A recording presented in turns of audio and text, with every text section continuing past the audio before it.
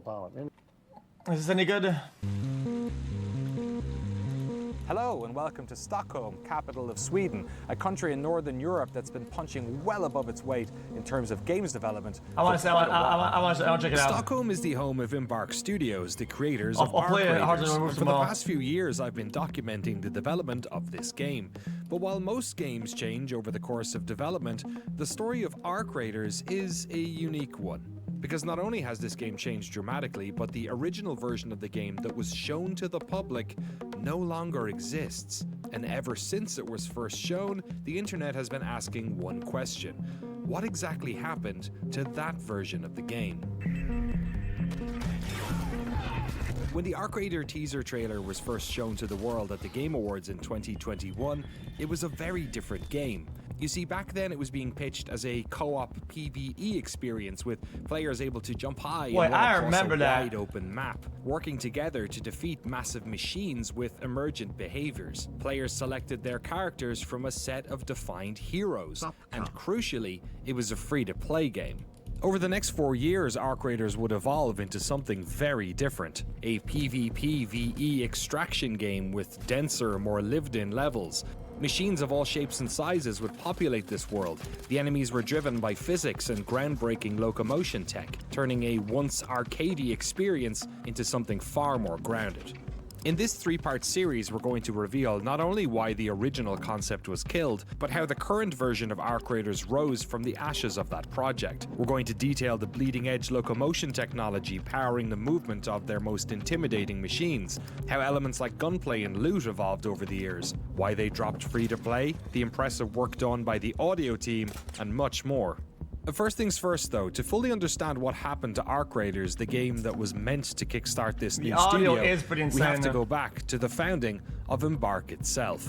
How did this new studio come about, and most importantly, how did they decide what type of games they wanted to make? Interesting.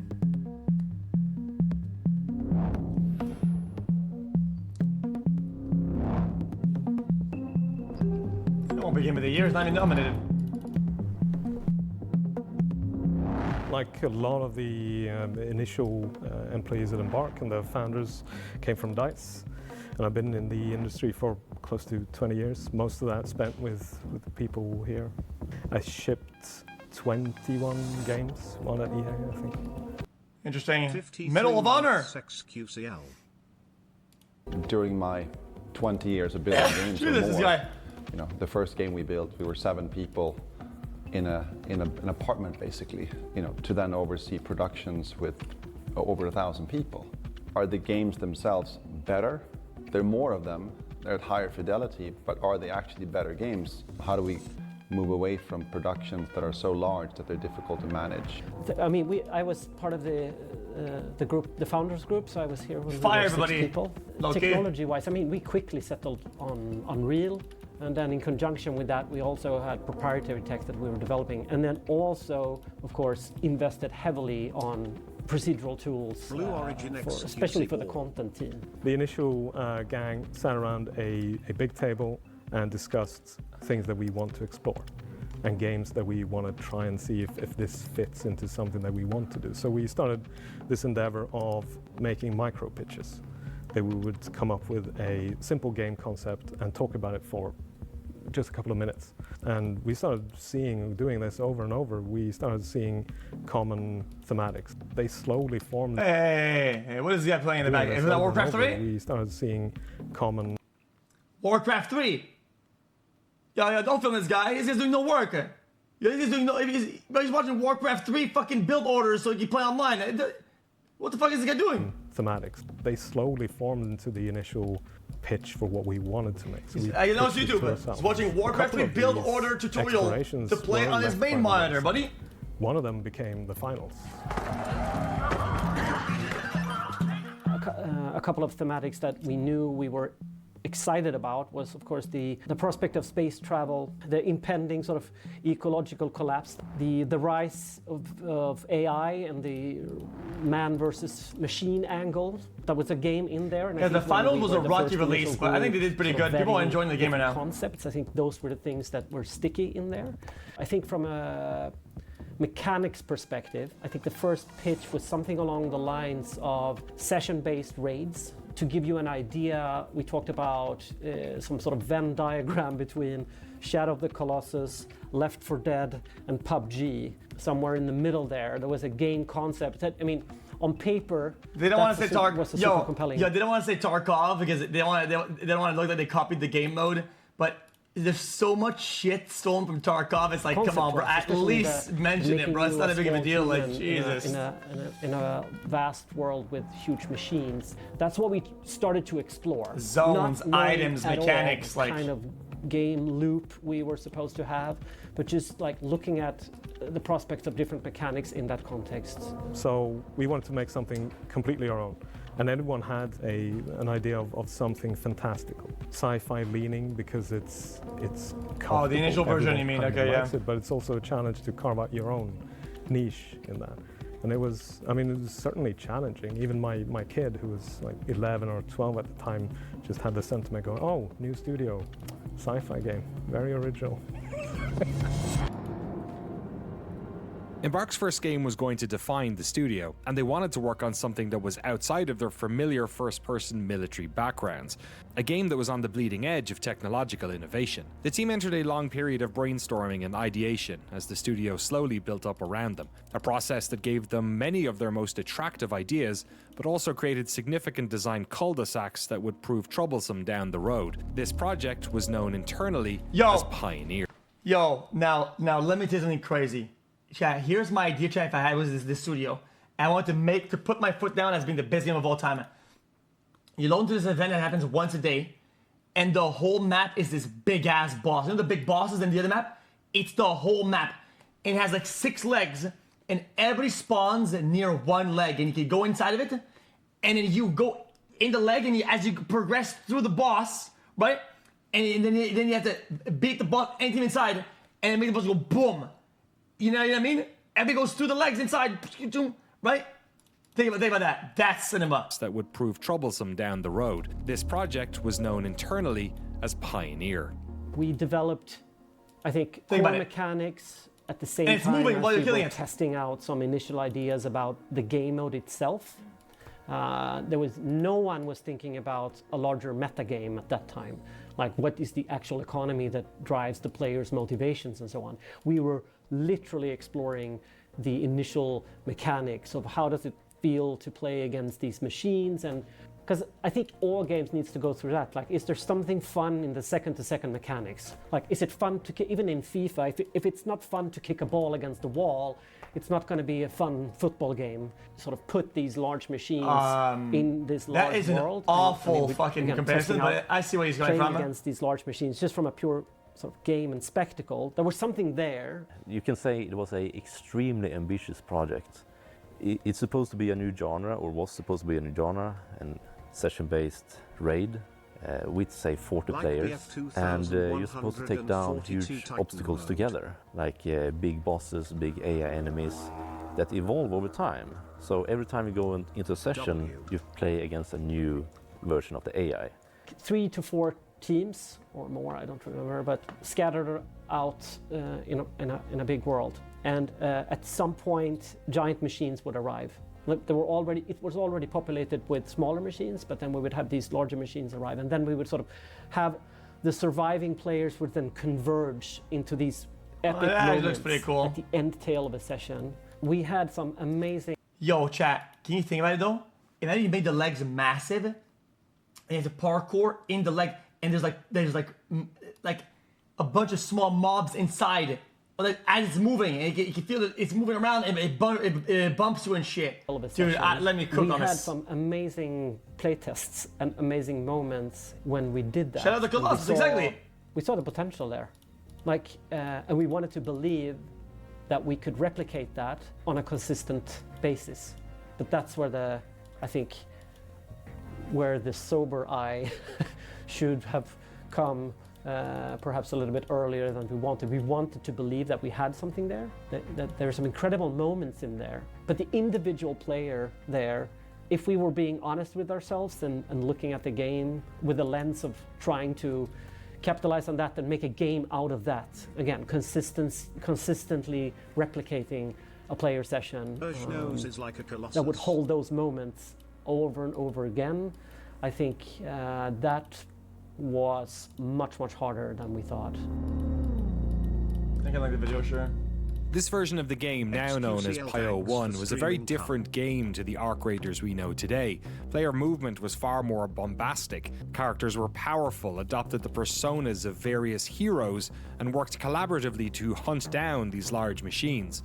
Very different to Arc Raiders in terms of both gameplay and tone. But many fundamental aspects of the game were developed in this period. Highly detailed, vast open terrain, the feel of the weapons, the look of the world. One such aspect, Yo, the technology. I think something that could be cool for the game, though, definitely, though, is adding like a class depending on what ending perks you got into the game.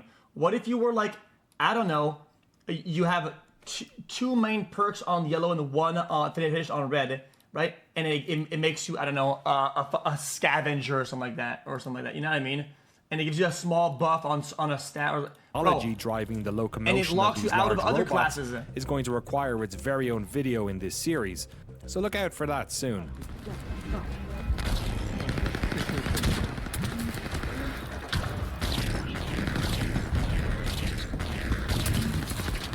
Wouldn't it max exactly, but at least they wouldn't be able to have multiple classes. What's exciting and what's still exciting is the fact that using this technology for our locomotion system is the door that opens up when you are training something to behave and walk by itself, and the nature, like when this player starts interacting with that and losing That's what I limbs, wanted the boss to be like. and still it wants to stand up. I wish it was like that right now. It just opens that door to a new type of When it goes experience through that phases. players See, like this looks haven't fun. had before, I think. What happened to that? They're literally playing against a machine.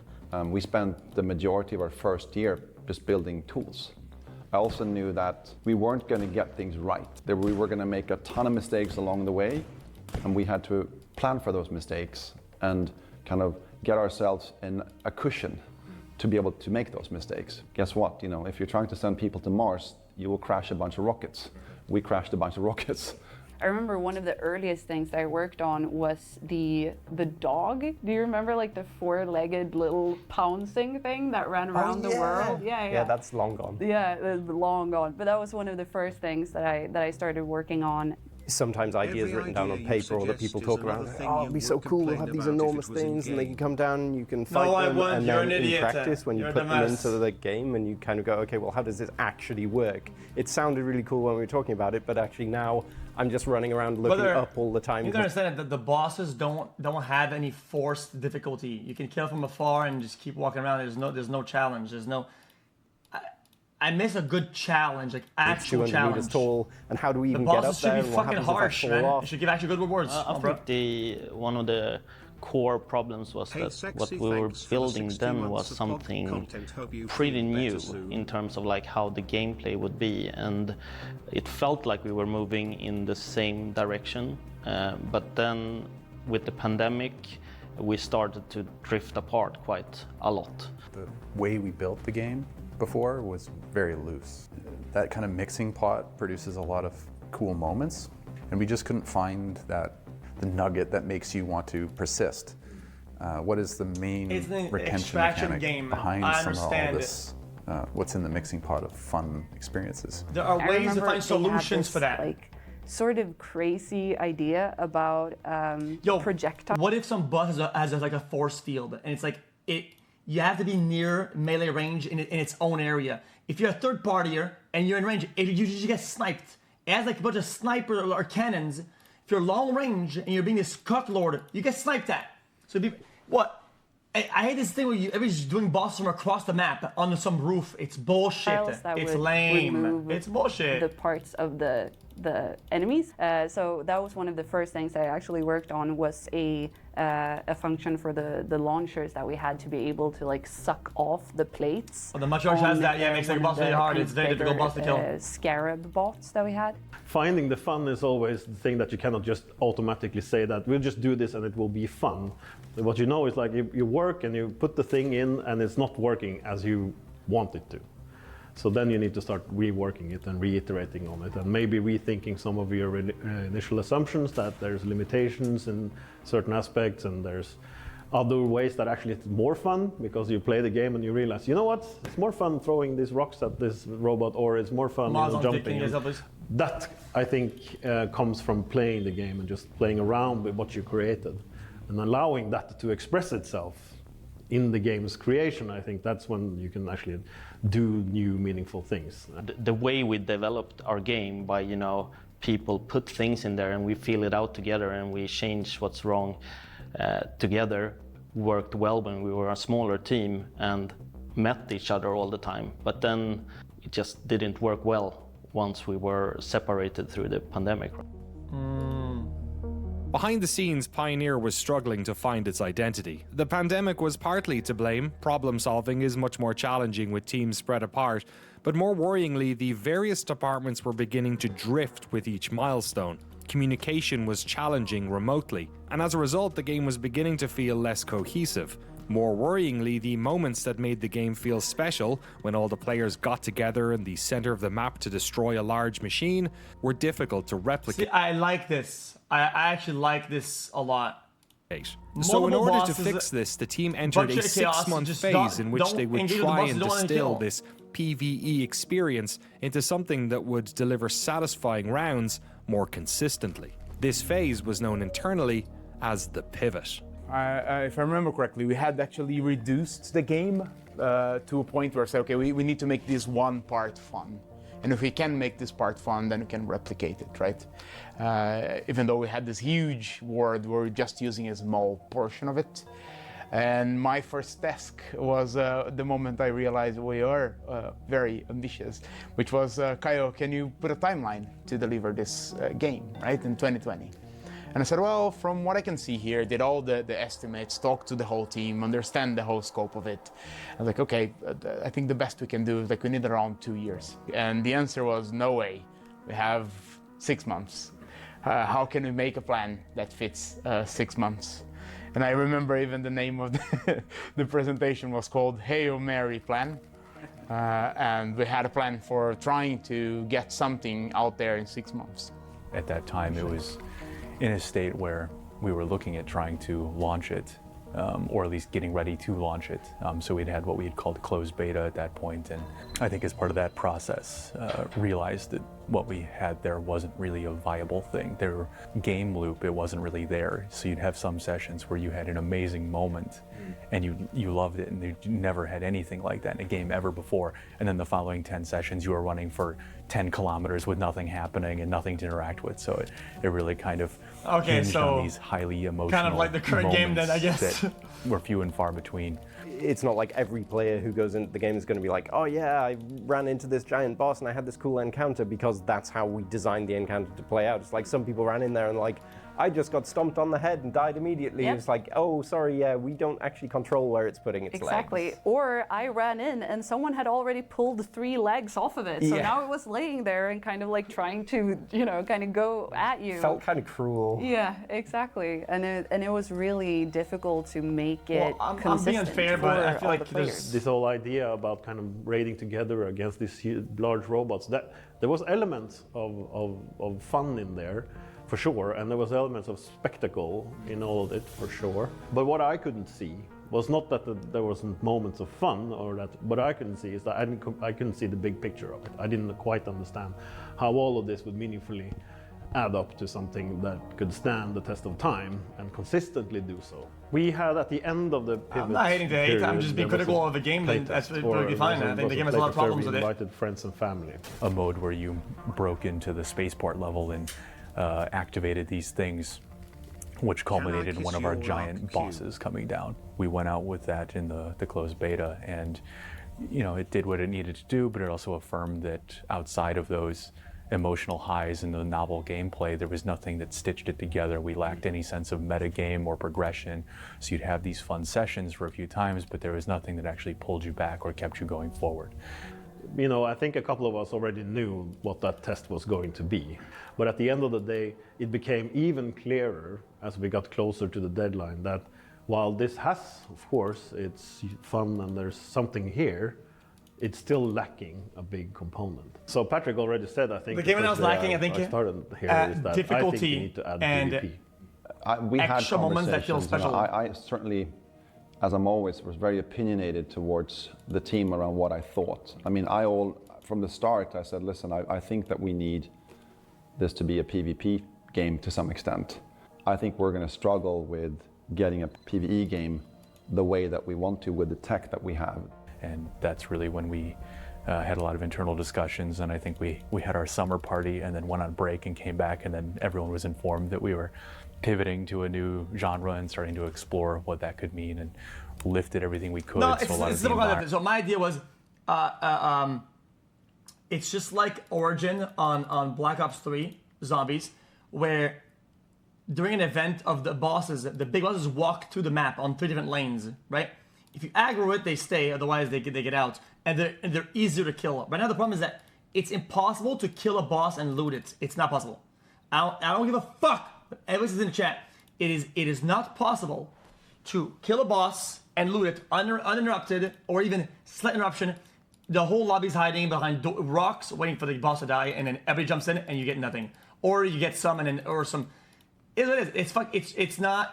The system is not a good compromise. It's shit. The enemies, Dog shit. the characters, or things about the characters were lifted and sort of repurposed. It didn't work. The larger recipe for the game wasn't there, and again, we couldn't replicate the sessions consistently enough. So I think that. Like I hate when you guys just like make devs immune to criticism, where when something goes on, say that's the point. That's the point. Oh, I spawned in and I just got the max win loot every lobby in a row. The rooms have no loot. That's the point. That's the point. Oh, I go in full gear at 17 minutes in the lobby. They get free fucking pickings for the loot with a free load. That's the point. That's the point. It's enough. At one to point, start these are shit mechanics. Like, what are you talking about, man? The PvP component. I understand that a lot of people, and frankly me included, wanted this to be a PvE game, and I wanted for our vision to work. But when it doesn't work, you have two it's my best. options. You can either, well, 3. You can release what you have to the public, and they will crucify you. Guys, what do you say? Guys, what do you say? Oh, guys, you decide, guys, I don't want to continue with it. I thought this stream sucks, and what I'm gonna do? I'm gonna find a word I don't even know what he's talking about. I'm gonna say, in the middle of my phrase, I'm gonna say, guys, today I'm gonna, and instead of saying a normal word, right, I'm gonna put a slur in the middle of that. Bang! Because why not? Guys, today I'm bang! Put a slur in the middle! Because fuck it! Because that's just funny! That's what I'm gonna do right now! Like, holy fucking shit, it's not like it's annoying. You still have a belief in the lore, everything that you've built, and the core kind of gameplay loop, and you say, maybe I can just make this something different.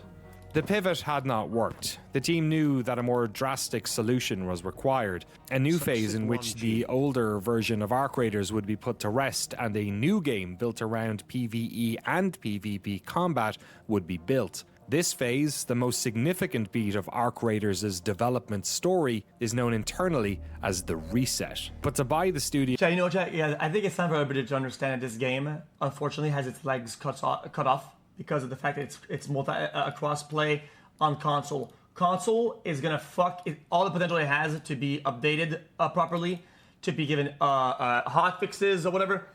It is what it is. The game is always gonna be sort of half solid, because of how hard it is to update games that include console.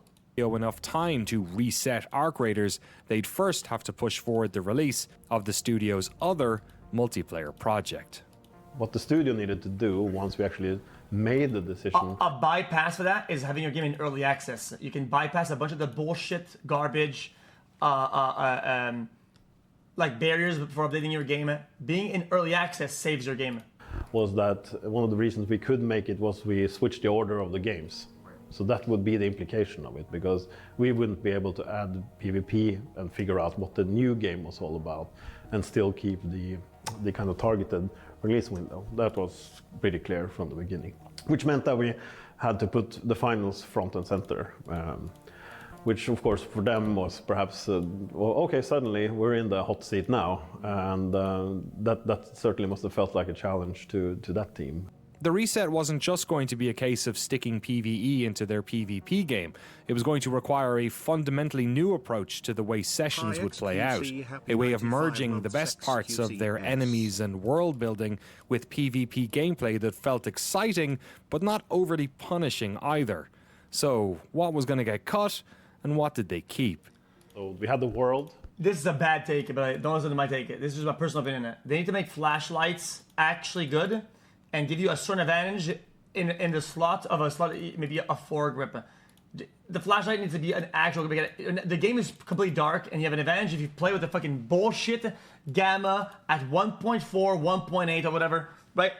The flashlight actually hurt you if you go into a medium range zone that is dark, and the person and it makes everything weird. All the smoke in front of you, good, bro. It's bad. It's terrible. We knew the world that was crafted. Flashlights need to be a good mechanic. It's a shit mechanic. I was playing the game quite early. I was just walking through these empty hallways and these corridors of offices, and I was thinking to myself, like, I just want to explore this place. I want this to be more than just a static backdrop where, you know, I'm fighting robots. I want this to be something. I want to be here because you already built one half of it. So I feel like you already made me want to go and explore this world. So what game type then would be the game that kind of fits there? How can we kind of apply that with a new game type? When we broke it all down, it started to become more and more apparent on, you know, we had the arcs, the AIs that we wanted to continue building. We wanted to keep the large robots. We wanted to keep the world. We wanted to keep the brand. And yeah, flashlight should at least blind enemies slightly or reduce their accuracy. We didn't feel like we needed to reinvent all those things.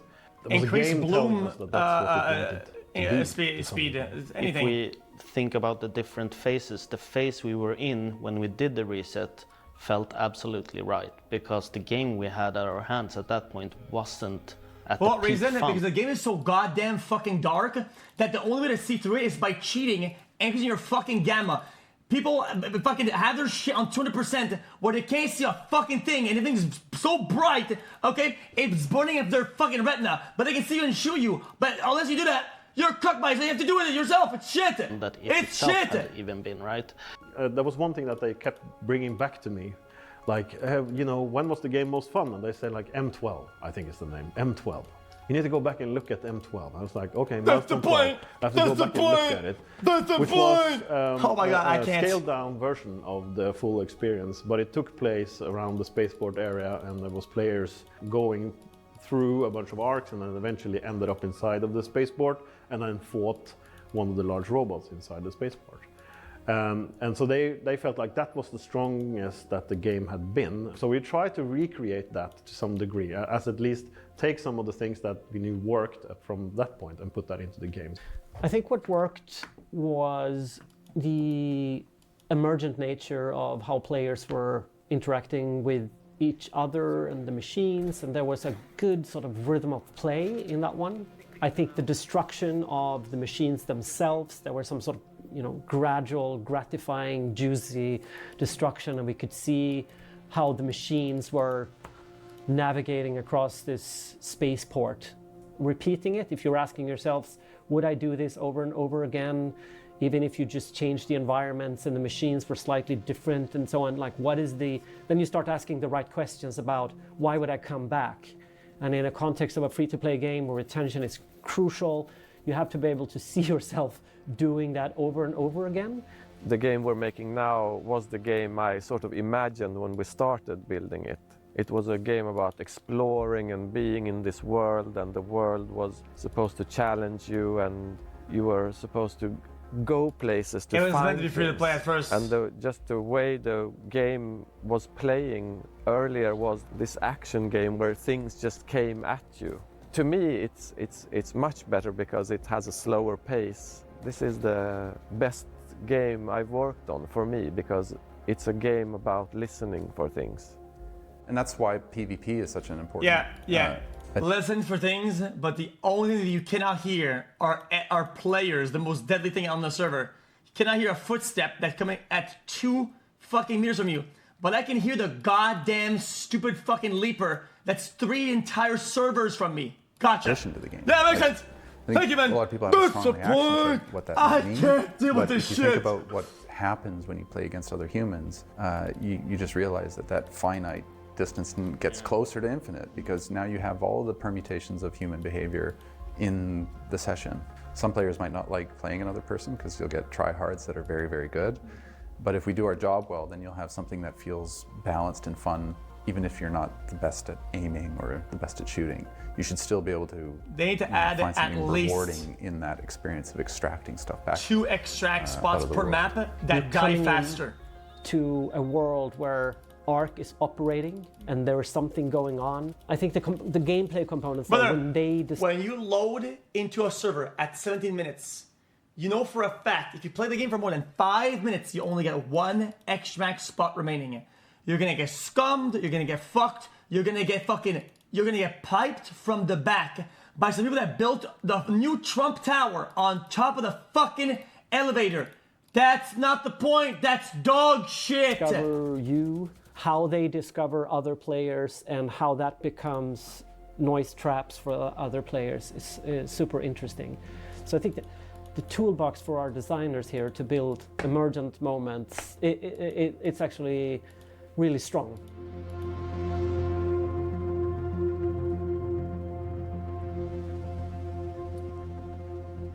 I mean, I understand that some people are upset that it didn't work. So am I. But at the same time, what we have now is an incredible game that I believe works really well, that I think people will have an amazing time with. That's all that we can do as game developers. Try our best. Fair, but if you give people the map, that's a high-stake map for most PvP, you're gonna draw all the PvP players to that, and it's gonna overall make the PvP nature and the cooperative nature of the game. It'll make the game more tame for the ones that don't want that. It literally helps. Yeah, there's still gonna be PvP on the, but you have to give you an actual high-risk map, dude. To deliver that to the players out there. Simple. It's not more complicated than that. Our chief concern is to make a game that is fun at its core and that stays fun and keeps being fun and keeps evolving into something that is even more fun. Because that was the cul-de-sac we ended up with before we rebooted the game, right? It was really fun. But it was the same I love the game, kind but of fun over and over, and that doesn't really cut it. You're missing the point, though. In the reveal trailer, what we were literally selling to our players is, even though we're saying fictionally, like, there's large machines out there, well, in that video, we are dominating the machines. We're jumping on top of them, smashing them, and inviting players to have fun with that. That's been flipped around, and I think that's for the better. Like, really having players fearing the machines is a completely different game. That's a 180 in terms of how we relate to the machines as the players. Brother, the only thing I fear in this game is the fucking Rocketeer and the dumbass broken-ass Shredder that has 6,000 HP that is piping me from the back. The old version of Arc Raiders was now dead, a dream that the studio was going to have to wake up from. But what could they retain from those early years? What stuff could they bring forward into this new version of Arc Raiders? And what new tricks did they have up their sleeves? In the next episode of this 3-part series, we're going to tackle the experience of being a raider, how elements like combat, the loot system, audio, and world building evolved after the reset, and crucially why the studio dropped the plan to go free to play. See you then.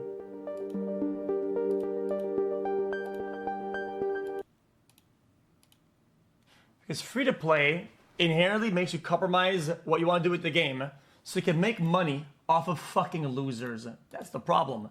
That's the problem. Because you guys say money, like the people that have free-to-play, their game isn't a piece of shit fucking money drain. Like, it's awful.